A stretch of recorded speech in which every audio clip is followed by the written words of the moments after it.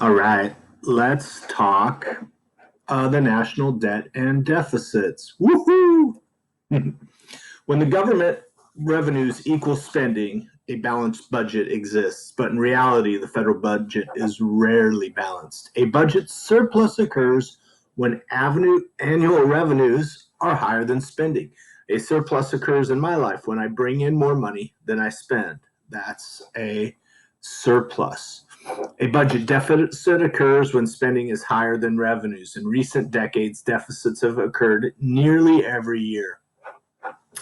When the government runs a deficit, it has to find a way to pay for extra expenditures. It can either create money or borrow money. Um, the government, if they were to create money, that's going to lead to inflation. The main way that the government deals with deficits is by borrowing money. The government borrows money mainly by selling bonds, such as United States savings bonds. When the government borrows money, it adds to the national debt, the total amount of money that the government owes to bond holders. And there's two problems with debt.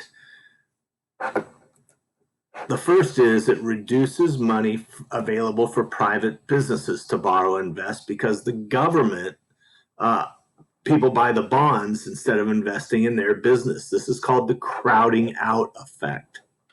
Oh, I was trying to move that, sorry.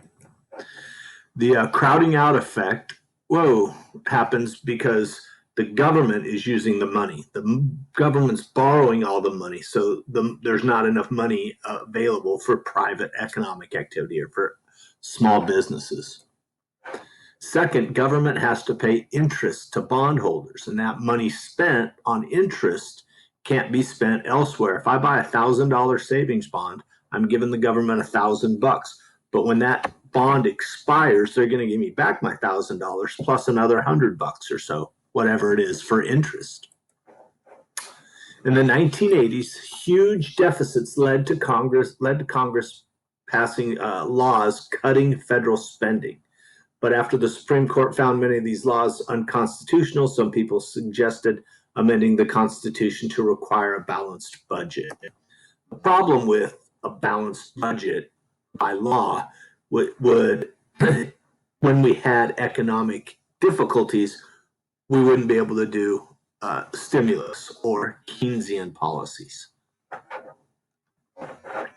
At the end of the 20th century, budget surpluses occurred for the first time in 30 years. However, war, tax cuts, and recessions brought new deficits.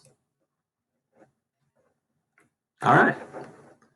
You've got two assignments in Schoology, a Schoology quiz and a Google assignment. Stop the recording.